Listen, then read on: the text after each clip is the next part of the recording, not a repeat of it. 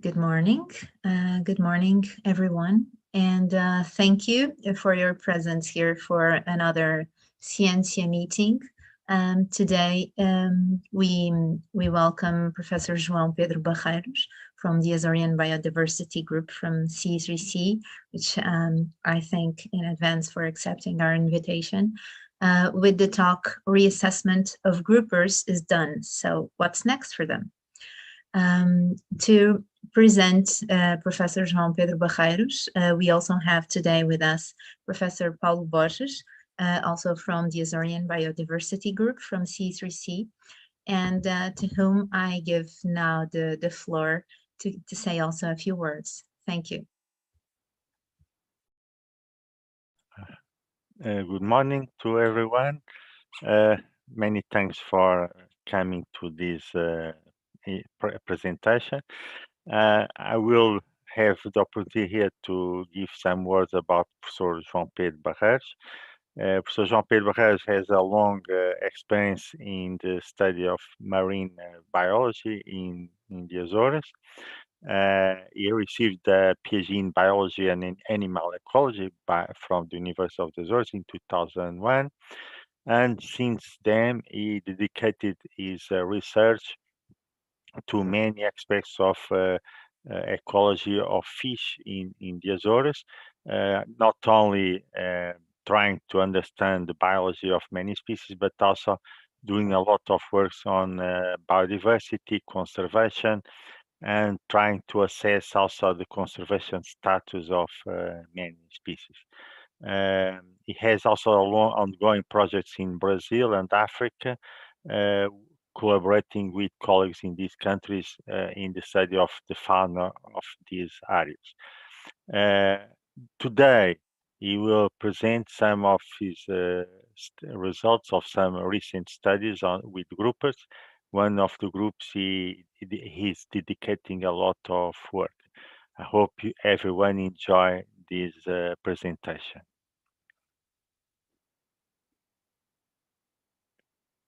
Okay.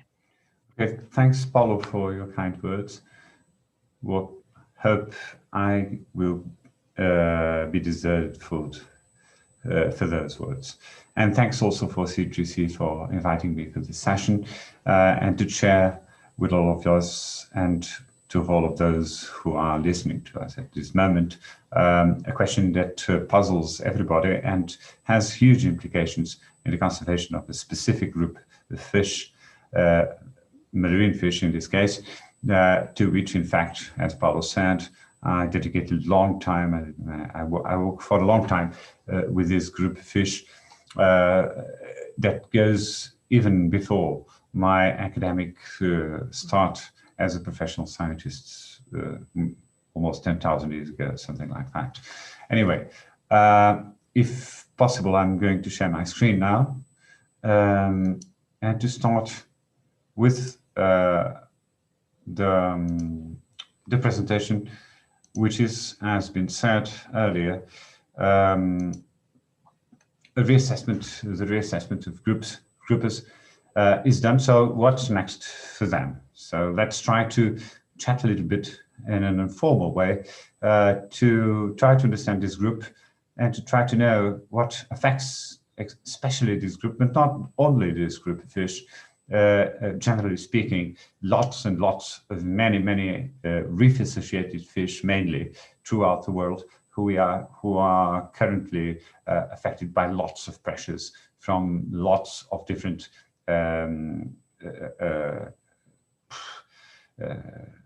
trails or entrailments that do cause huge pressures on population health, populations, and overall communities, mainly associated to reefs, both rocky, coral algae, and surface tropical corals, of course.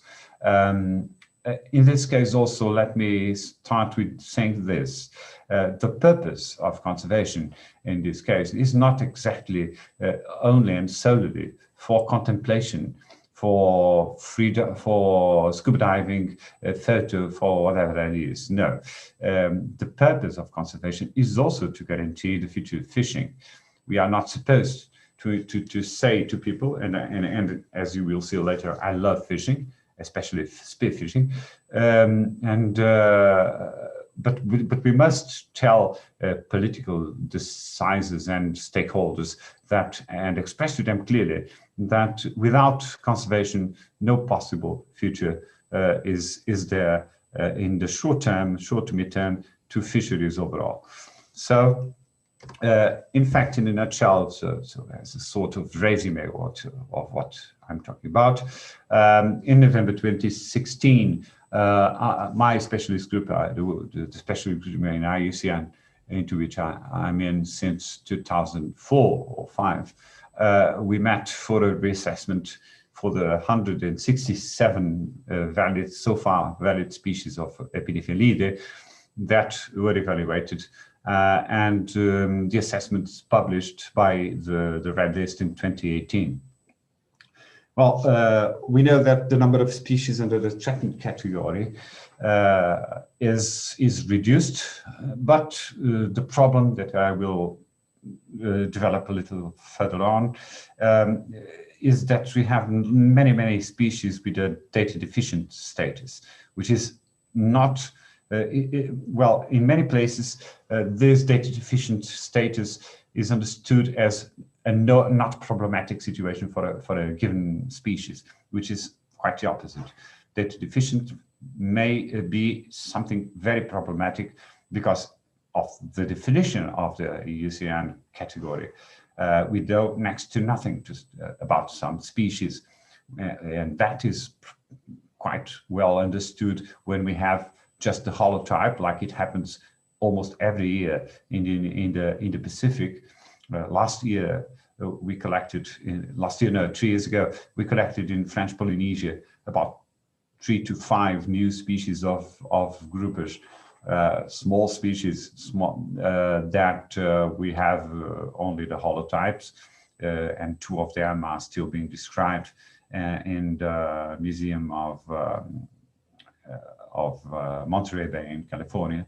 But for those cases, those are just exceptions. In many places, we have species that have vast communities and are heavily fished, but are still classified under data deficient because of lack of data from countries contributing with solid data to the overall knowledge about a given population in a given country, or a given population within a community with associated fish. Of course, increasing and sustainable fisheries targeting groupers are a big business, mainly in China, and some places in the so-called first world countries, like many in Europe, of course, and naturally the US, Canada, and so far. A big problem in the oceans is that there are just not enough MPAs, marine protected areas, and many of the extant ones are really poorly managed or not managed at all. And to say the least, they should be easily monitored by scientists and managed properly by the authorities of a given country.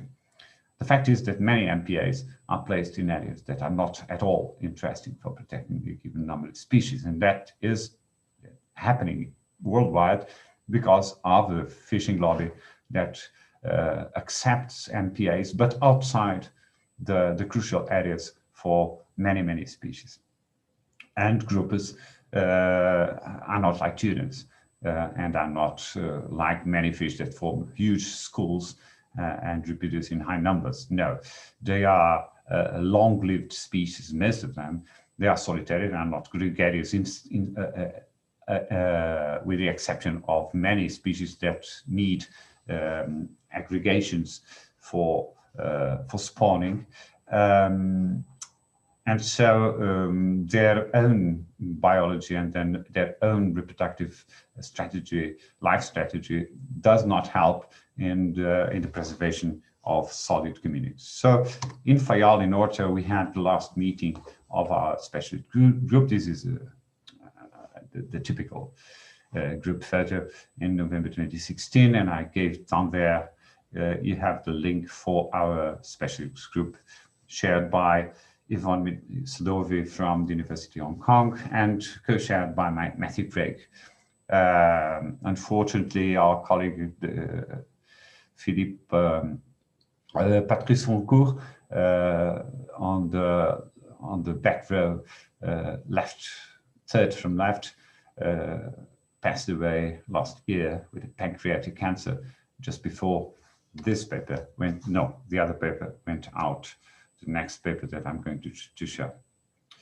But we are still working. The first assessment was in 2006 in Hong Kong, from which Yvonne Sadovi is based, and so the next one was in water, and we are planning the next one to be held in Nairobi in a couple of years or so. Of course, taxonomy is something that puzzles everyone who studies fish, well, everyone who studies anything. And each time the great ichthyologist Joseph Nelson, who passed away in 2011, published, this is the last edition of Fishes of the World. Each time he published a new edition, a whole revolution on fish phylogeny is published, and we have to adapt to that. This one was not yet accepted by everybody, so let's see what happens in the near future, but I suspect that next year we'll have to update all our phylogeny checklists for marine fish, both for fish, worldwide fish, both fossil groups, cartilaginous fish, and of course bony fish. Anyway, Joseph Nelson is a figure that is known worldwide by everybody who studies, who works in ichthyology, and he dedicated his long lifetime in Canada, in Anne Bonden University, to publish and to study phylogeny of fish. And he was, unfortunately, a very nice person who helped everybody and who taught us all a lot about fish evolution, mainly that. Last year in April, we published this one, which is basically the paper that translates what the new reassessments produced. Several authors from several countries, of course. Here from Portugal, we have two, myself and Pedro Afonso, both from the University of the Açores. I'm based in Angra, and Pedro Afonso in Horta. This was a huge effort, and I know that many of us also belong to specialist groups within IUCN, like Paulo and Rosalina and Rui Elias and many others. And of course, everybody have the idea what a tremendous amount of work this implies to be useful and to be correct and to be a tool for many, many decisions regarding fishes and fish management throughout the world. As we can see in this figure, which is a result from our reassessment, the categories, and I imagine that most of us are familiarized with the criteria used in IUCN. So from left to right on top of this graphic, we can see the categories: the critically reduced, endangered, vulnerable, near threatened, least concerned, and data deficient. What we can see here, as more or less expected, the majority of small groupers are under the least concerned category because they grow faster and they produce earlier. And they are not so much associated to reef fish, to spawning aggregations, so they are not that vulnerable. And another aspect is that smaller groupers are not so much connected for commercial purposes in terms of fishing. And we can see that as we go along towards bigger fish, this is in centimeters. So we have groupers with almost 4 meters, like this one that is drawn here on the back side of this slide, which is the Atlantic Goliath grouper, formerly known as Jewfish until about 10 years ago. As we go along this graph and see the size increases, as the size increases more, the number of vulnerable species, the number of near threatened, and the number of least concerned, the number of least concerned decreased, but this aspect is what matters more. So big groupers live longer, are more vulnerable to intense fishing, and as we will see in a few slides on, they are protected in paper in some places, but badly protected. The number of data deficient species also increases, which is quite a problem. And this number of data deficient species increases because of what? Because of many big groupers live in very deep water. When I say very deep, is about until 400, 500 meters or so. And that would imply that the samples and the knowledge of their habitats and their aggregations is put in them, which makes the profound study of their biology and life cycles much more difficult in this context. The proportion of species is different, of course, but in groupers, the pattern is more or less standardized throughout the world. Of course, we know that groupers are mostly associated to tropical to subtropical areas, warm temperature waters, but some species go to far higher latitudes, both in the north and in the south hemispheres. The problem also is that many of these big ones are started to being fished as small ones. So they are being caught extensively in many places like Southeast Asia, like the Philippines, like Indonesia, as juveniles. And that is, I don't need to explain that, of course, that is a huge setback for conservation purposes because they do not grow. This is not only bad news. The number of critically endangered species is now in the whole Epinephelidae family of one, to which I'm going to speak a little bit in 2 or 3 slides on. But the question returns to this data deficient group, which means that probably some of these ones will be assessed as critically reduced in the next reassessment, as I said, planned for 2 or 3 years in Nairobi. We are making a huge effort throughout the world. Well, this year I stopped field work and travels. I kept the field work in the Açores, but I stopped traveling in March, like the most of us, of course.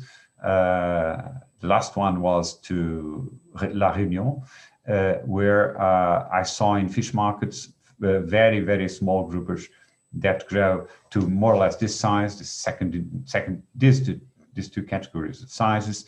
But I saw very small ones on sale in fish markets throughout the island of La Réunion, and at very high prices, like 30 to 35 euros per kilo, which is also a matter of serious concern. As I said, groupers are distributed throughout the world, but mainly around these areas. So this graphic shows in blue the number of species in a given area, and in red the higher number of species in a given area. Of course, as expected, the majority of species, and here are the categories applied, you can see the legend here, are placed in tropical reef abundant coral reef areas, like here from Southeast Asia eastwards to the Midwest Pacific islands. And we have a huge effort in this area, although, as you can imagine, it's very difficult to work in some places like Papua New Guinea and Solomon Islands, but here it's much more easier. And of course, the Caribbean, with this northwards outlier population centered in the Bermuda archipelago. And they stay here all the time because of the Gulf Stream that warms these waters much more than in the Azores, which is slightly at the same latitude as the Bermuda. In the Azores, we have only 2 species of groupers.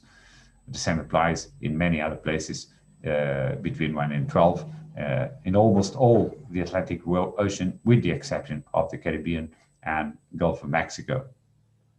So the strongholds for groupers are more or less concentrated in this part of the world. Indian Ocean, and especially this huge biodiversity area that stretches from South China, from Taiwan, from South Japan to the Midwest Pacific Islands. Least is known from the West Indian Ocean and this part of East Africa, from Kenya to South Mozambique. And I may remember that South Mozambique is the south limit in this part of Africa for coral reef distributions, which is in Inyaka Island, just close to Maputo Bay, in the city capital of Mozambique. And these blue areas that appear here in South Africa mostly are from species that have affinities with colder waters, like the famous dusky grouper that we know very well from Portugal mainland, but mostly from the Azores and Madeira. Another hot spot that is now being interestingly studied is this part of Brazil, and that stretches from between the border between the border in Bahia state and Pernambuco, southwards to Santa Catarina, but mostly stopping at the border between Rio de Janeiro and São Paulo states. The only critically reduced species assessed in this part, in this new reassessment, was the Nassau Grouper, illustrated here, that presents a vast problem in this region. When taking a look at this map, we can see that it has a fairly widespread widespread species in the whole Caribbean, but lacking here in the Gulf of Mexico, spreading northwards. And you can see that the species is now colonizing areas in South Carolina, which may be due to the warmth of waters in this part of the state. In fact, many other species, not this one, but many other species are starting to colonize areas north of this, in North Carolina and even in Virginia, at the mouth of Chesapeake Bay. Of course, the population in Bermuda, but the main populations are around the Caribbean islands, the major islands, and of course the Lesser Antilles, from Puerto Rico to Grenada and Trinidad and Tobago. The north coast of South America is also populated, and of course the Caribbean coast of Central America up to Yucatan Peninsula, and then in the downwards curve of the Gulf of Mexico. Although the distribution area is vast, the fishing pressure on the Nassau Grouper, named after the capital of the Bahamas, which is here, is so vast, so high, so intense that most populations are not recovering at all, and spawning sites to which this species does depend a lot are being destructed and overfished. So many spawning sites, traditional spawning sites, are now totally emptied of Nassau groupers, and they are being pressured and pressured and pressured because of the value of its meat, because of many other aspects, including the lack of marine protected areas run efficiently by the countries, by these countries, all these countries, and European dependencies like Saint-Barthélemy, like Saint-Martin, like Anguilla, Montserrat, and so on, and so on, and so on, and so on. Even the Virgin Islands, but the US Virgin Islands and the British Virgin Islands here, this is Puerto Rico, are not protecting adequately these spawning aggregations for this fish. And this fish, they do need this. They need to aggregate in healthy reefs to have effective and efficient spawning aggregations in order to produce enough offspring. This is a very rare sight nowadays. The first time I saw this kind of things, I could see lots and lots and lots, in fact, hundreds of these groupers in the Bahamas, in my case, in the Bahamas. And now you go there at the time of the spawning reproductions, and you see next to nothing because they are overfished. And they are overfished for a number of reasons, because they are very valued, very highly prized in the States, for instance, but also exported to China.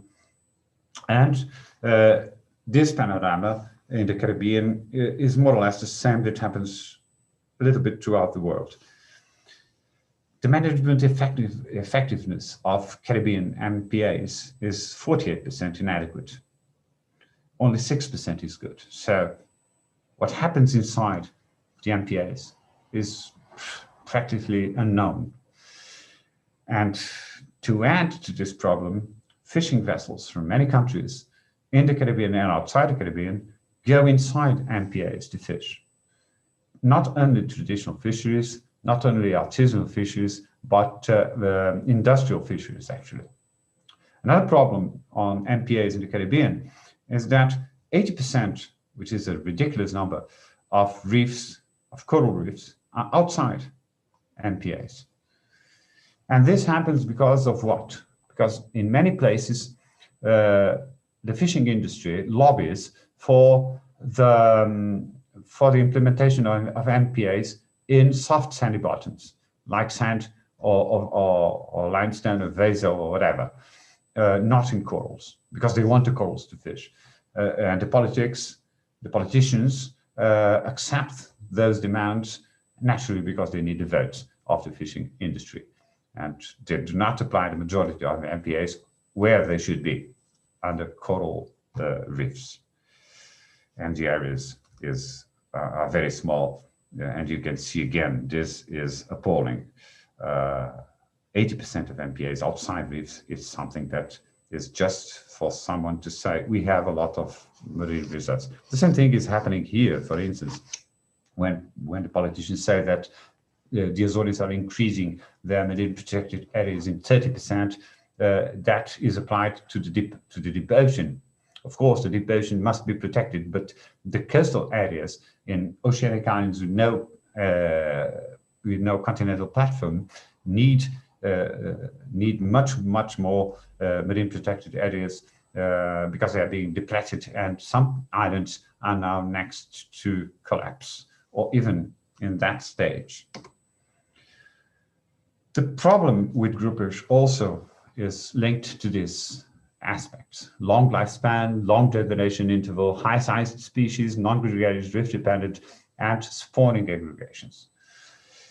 The hypothetical population biomass decreased drastically in the 70s when groupers started to become fashionable items in many countries. So the time window of 3 generations shows that no progress has been made since the start of the heavy fishing of groupers worldwide up to present. We are still in the same situation that we were when this collapse occurred between 1968, more or less, and 1977, more or less that. And it's clear that the unsettled fishery, heavy fishing, produced this situation, which is now very, very concerning. Increased fishing efforts are also clear in this graphic, with the captures reaching almost 500,000 tons. And take a look at this. From the early 90s of last century to present, this is China only, because groupers are very fashionable in China. And this is also linked to the increase of incomes in China for many people. And lots of millionaires in China pay huge amounts of money to eat one grouper at a special occasion, or even not that. I am from China.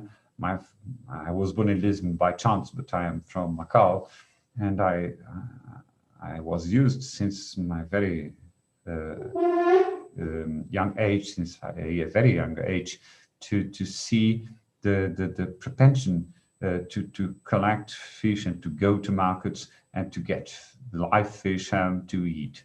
Of course, groupers are delicious, but this pressure transformed the catch of groupers and the import of groupers from China. And when I say China, I also say, of course, Hong Kong SAR, Macau SAR, and Taiwan, and South Korea now, and Japan, and so on, paying huge prices for live groupers that are caught all over the world. So now we can see that approximately one third of all the groupers caught worldwide are only from China. Not only the Chinese fleet, but China imports. And this is also another problem. Many countries allow non-selective fishing for some reasons, or for a number of reasons. The main reason is that politicians do not want to go into shock with the fishing industry, because that would represent political costs, like the usual ones, no votes in the next election. And these massive costs, which here are not as massive as many times appear, are destroying spawning aggregations and are destroying adults, together with juveniles. And you can see here some groupers, in this case from the Gulf of Mexico, and this is totally allowed in most parts of the world. While, of course, this is not selective. Catching groupers by nets, by trawlers with hooks, of course, is not a selective method.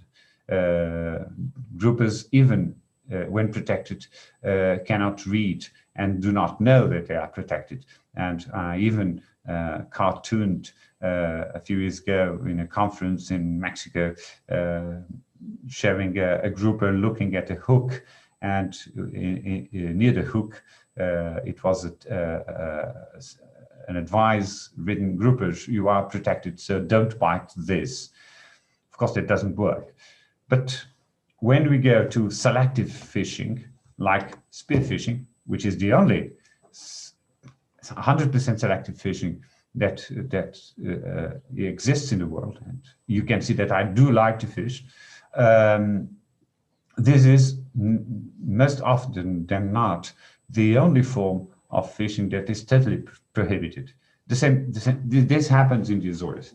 For instance, this species, the dusky grouper, is considered as vulnerable worldwide.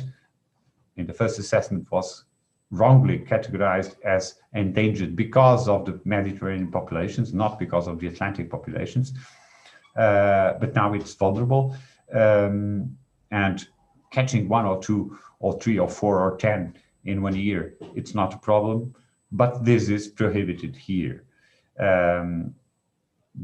Although anyone with 100 hooks in a trawl can collect 50 or more groupers with no problem. And they are sold at very high prices in South Spain, for instance, in Andalusia, where groupers are a very high prized delicacy. And there is even a saying in Andalusia for groupers of this species, which is here called mero, which goes like that: in la tierra el cordero, en la mar el mero, which means in land the lamb, and in the sea the grouper, or in this case the dusky grouper. So this is also a problem. Selective fishing is prohibited, and non-selective fishing is intensified and widespread. I'm not saying that spearfishing does not do damage to this species, but it could be easily controlled, and spearfishing is very difficult. I'm talking about free diving spearfishing, and controlled to about, let's say, something like one specimen more than 10 kilos per week per person would be more than enough to preserve. And this does happen in some places like Australia, South Africa, and parts of the United States, to say just a few that do allow spearfishing as a selective way of fishing. Of course, as I was saying, politics and politicians do not help at all. This is just a link for a short letter that I read for International Journal of Aquaculture and Fishery Science in 2016, saying just that.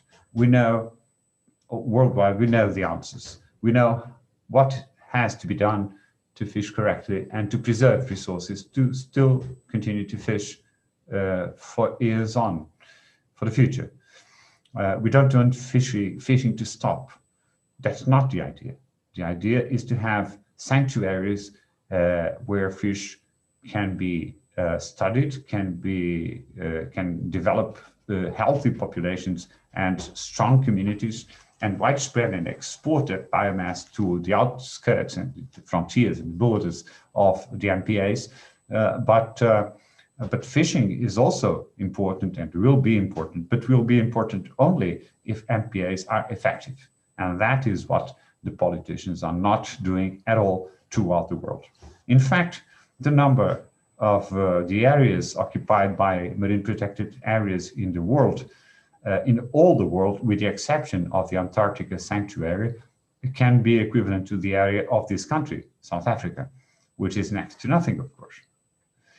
But to add to the problem, and this affects groupers, but also many other species, invertebrates, including, of course.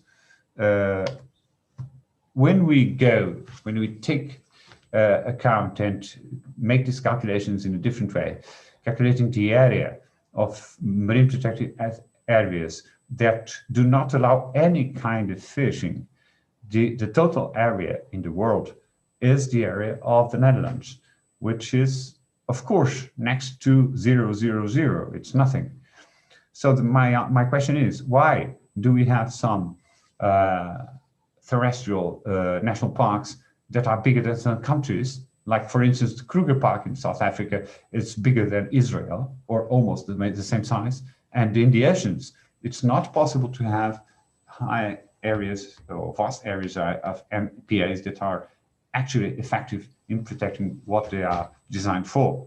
And of course, that would lead to increased income, for instance, for touristic diving and underwater photographing and things like that. This is a political problem to which the answers we know. We know what is needed and urgently needed to be done, but is not being taken care by politicians worldwide, with just a very few exceptions. We have partial signs of recovery and of success. For instance, the Goliath grouper, the Atlantic Goliath grouper, was assessed in 2005 as critically endangered, and now it was assessed as vulnerable. Populations just exploded in Florida and some other parts of the Caribbean and in parts of Brazil, not in Africa. In Africa, it's very difficult to preserve this fish, and well, in many other things, of course.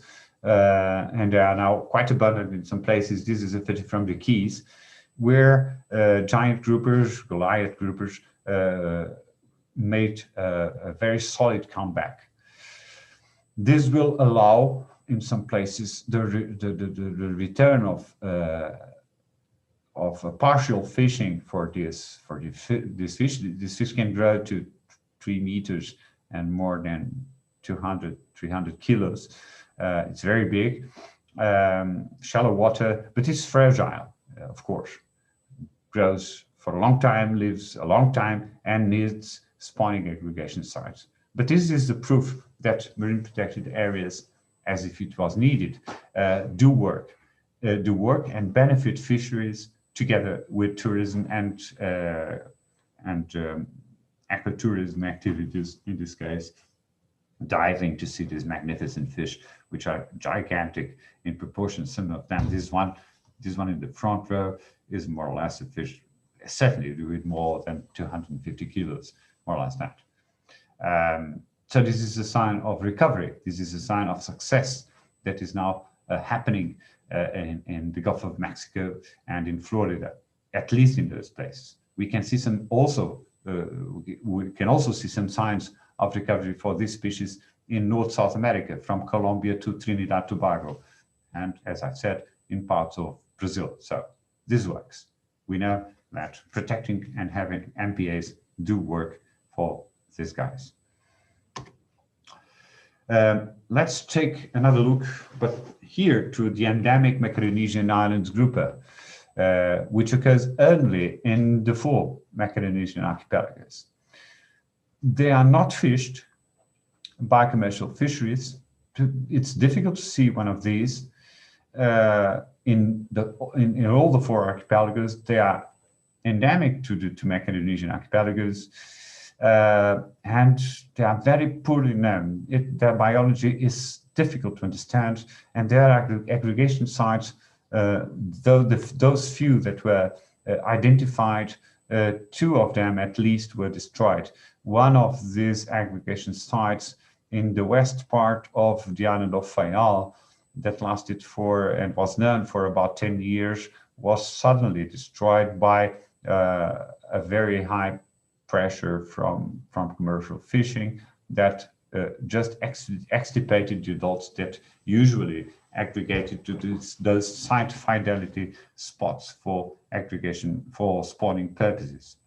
And this is, although assessed as vulnerable, probably will be in need for MPAs in these 4 archipelagos. The Canary Islands are improving the situation because they have more reserves, and Madeira has 2 important reserves in Desertas Islands and next to Funchal, the so-called Garajão Marine Park. But in the Azores, nothing or next to nothing is being done to safeguard this endemic species, which has a very limited geographical distribution. This grouper, the humpback grouper, which has a very wide distribution in that map you can see, from South Japan to Solomon Islands, to New Caledonia, to the Coral Barrier in Australia, to West Australia, to the Maldives, to South India, Sri Lanka, the Andaman Archipelago, Southeast Asia. Well, wherever you go in that place, you can have a glimpse of this one.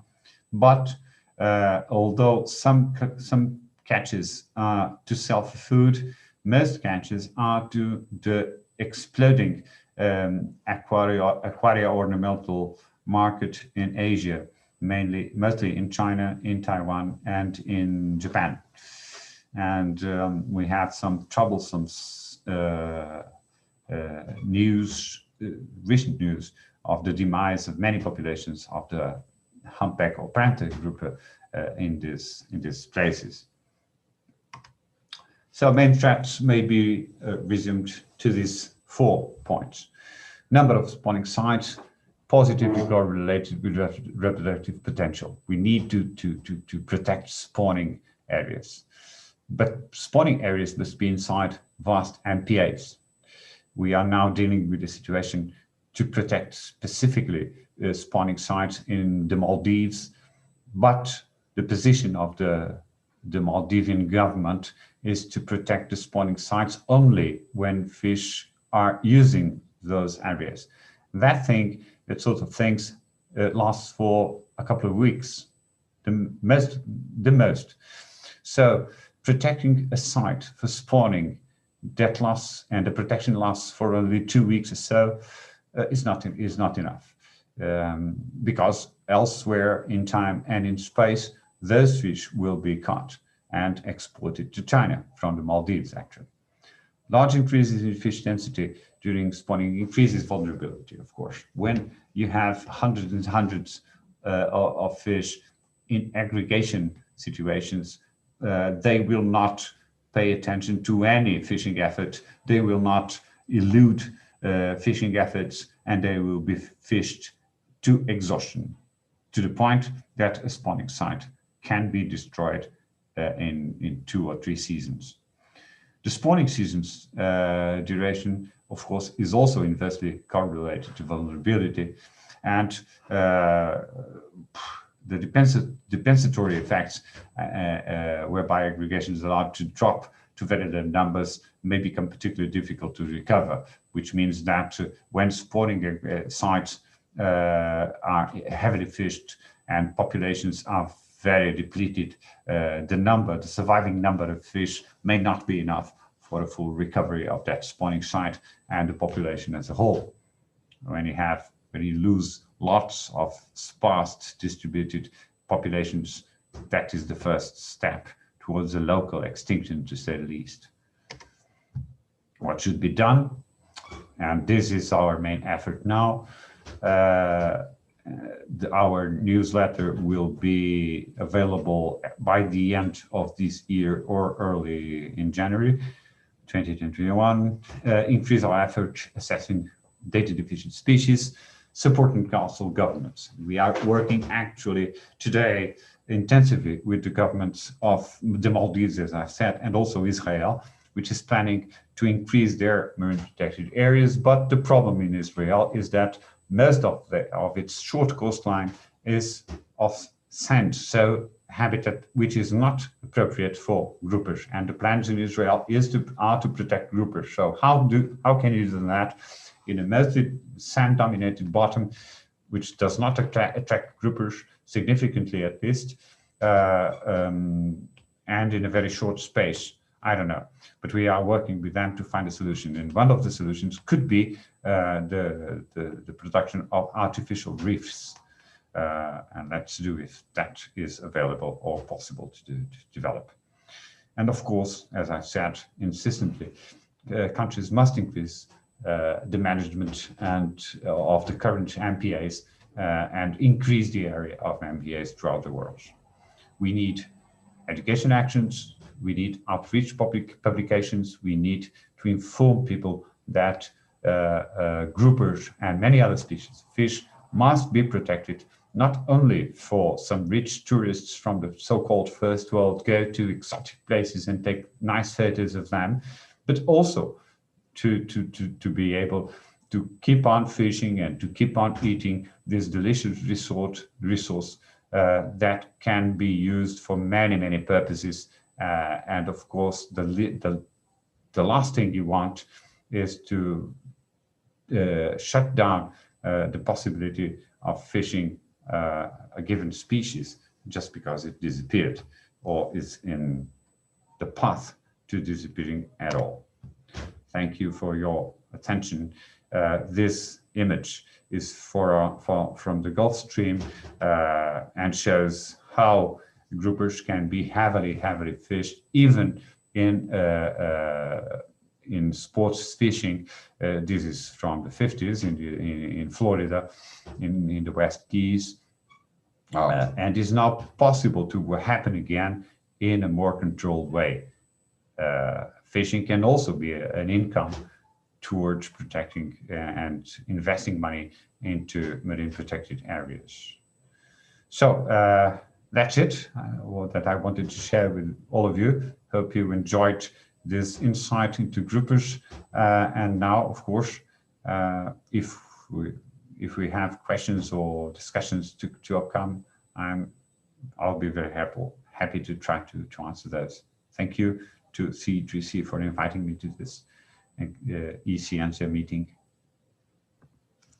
Thank you. Thank you very much, Professor João Pedro Barreiros, for giving us a state-of-the-art and showing us what should be done in the future concerning groupers. We now have some time for questions. I invite all of you that are following this presentation, if you have questions, please leave them in the chat that you have on your right on YouTube. There's a window chat in which you can write your questions and your comments. While we wait for questions that there might be among the public that follows us, I ask also if Professor Paulo Borges has any comments or any question concerning this work and what lies ahead and what should be done in the future concerning this work.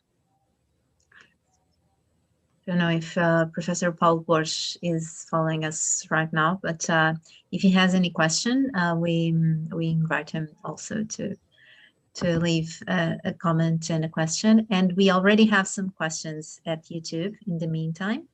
So there are two questions that I will ask right now from Pedro Pinho, researcher Pedro Pinho. He asks two questions. The first one is, how extensive must those artificial reefs need to be in order to be effective protecting these long-lived organisms? And the second question is, do they mainly work by providing new spawning areas or by increasing local protection from massive fishing? Thank you. Okay, thank you, Pedro.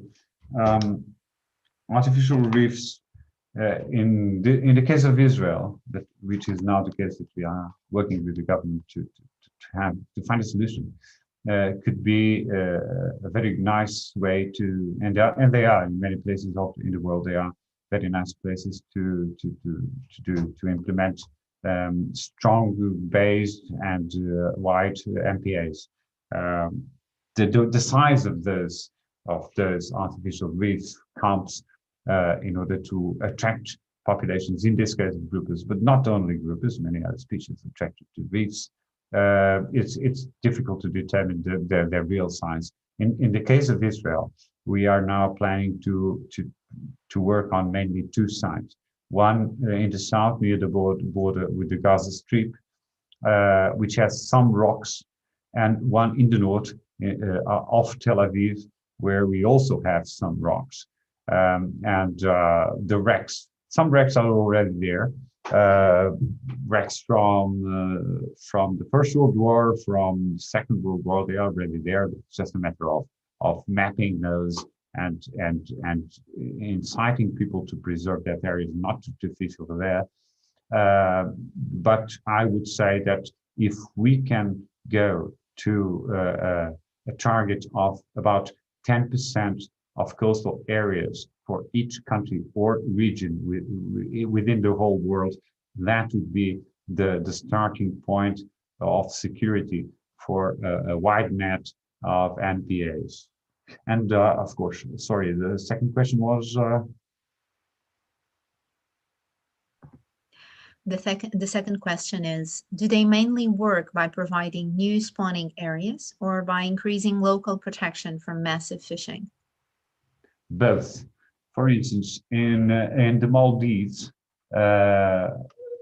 some spawning aggregation areas for some groupers in the genus Plectrophomus, in this case, are benefiting from the artificial reefs created by ships that are being dismantled in the west coast of India. As you know, there are huge shipyards dismantling old ships in India, like in Mauritania, for instance. The same thing happens. And those wrecks, properly treated and prepared, are increasing the number of spawning sites in the Maldives. Of course, if you go to some of the Pacific Islands where we have lots of artificial reefs from wreckages from World War II, you can see that those parks work very efficiently in some places like Guam, for instance, like Northern Mariana Islands, like Tuvalu, like Kiribati, those that I know best.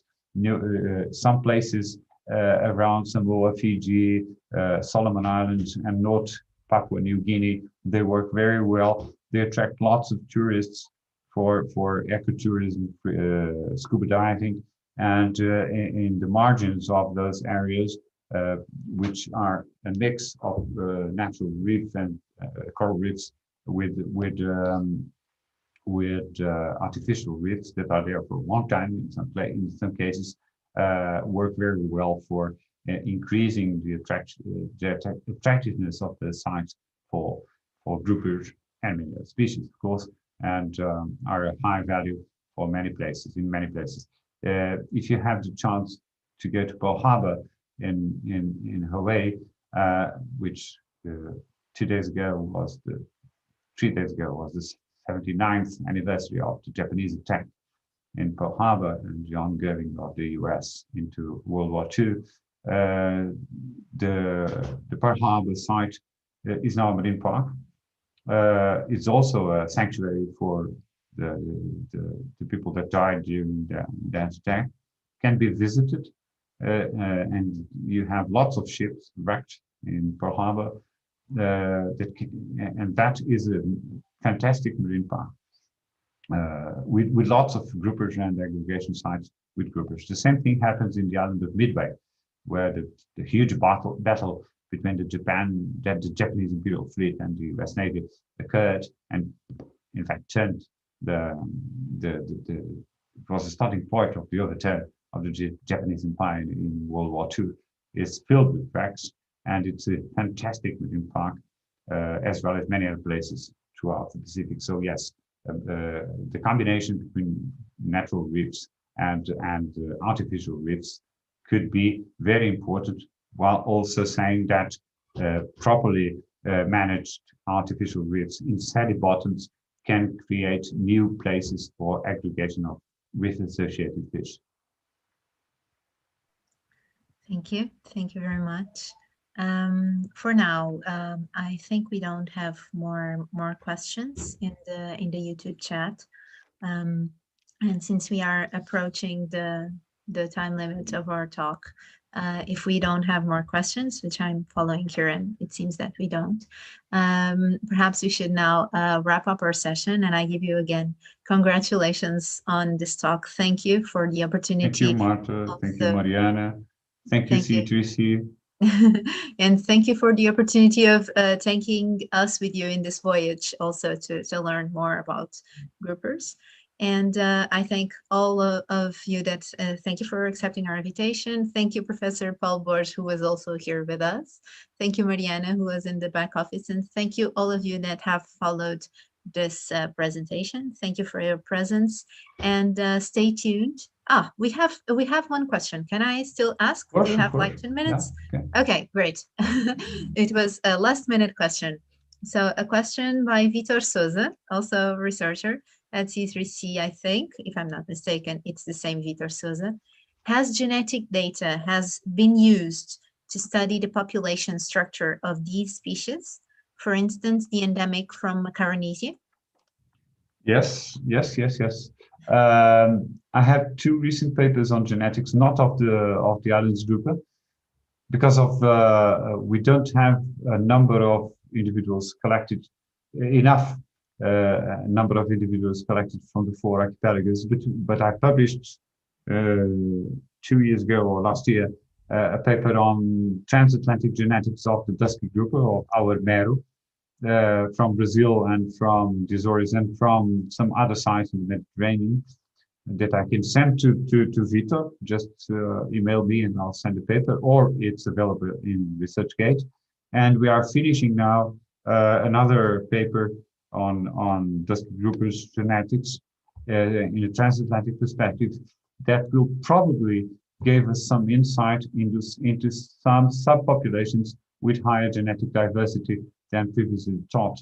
The fact is that dusky groupers are turning intensively around the Cape and entering the Indian Ocean. We have stable populations in South Mozambique, in Madagascar, and in the Mascarenes archipelagos of Réunion, Mauritius, and Rodrigues, and coming north to Seychelles and to South Oman. So something has happened with dusky groupers that we are going, and we are mapping genetically throughout, mostly in the Atlantic, but also already with some samples from the Indian Ocean. And yes, please, Vitor, just email me and I'll send you the papers or download them from ResearchGate. Okay, thank you. And thank you once again. I think now we are wrapping up because we have a slight delay between Zoom and YouTube. So sometimes it takes a little bit of time for the questions to reach us. But now I think we can wrap up the session. Thank you once again. Thank you all that have been here on Zoom and also following us on YouTube. And stay tuned for next week's Scientia meeting and for all the activities that we have going. So thank you very much.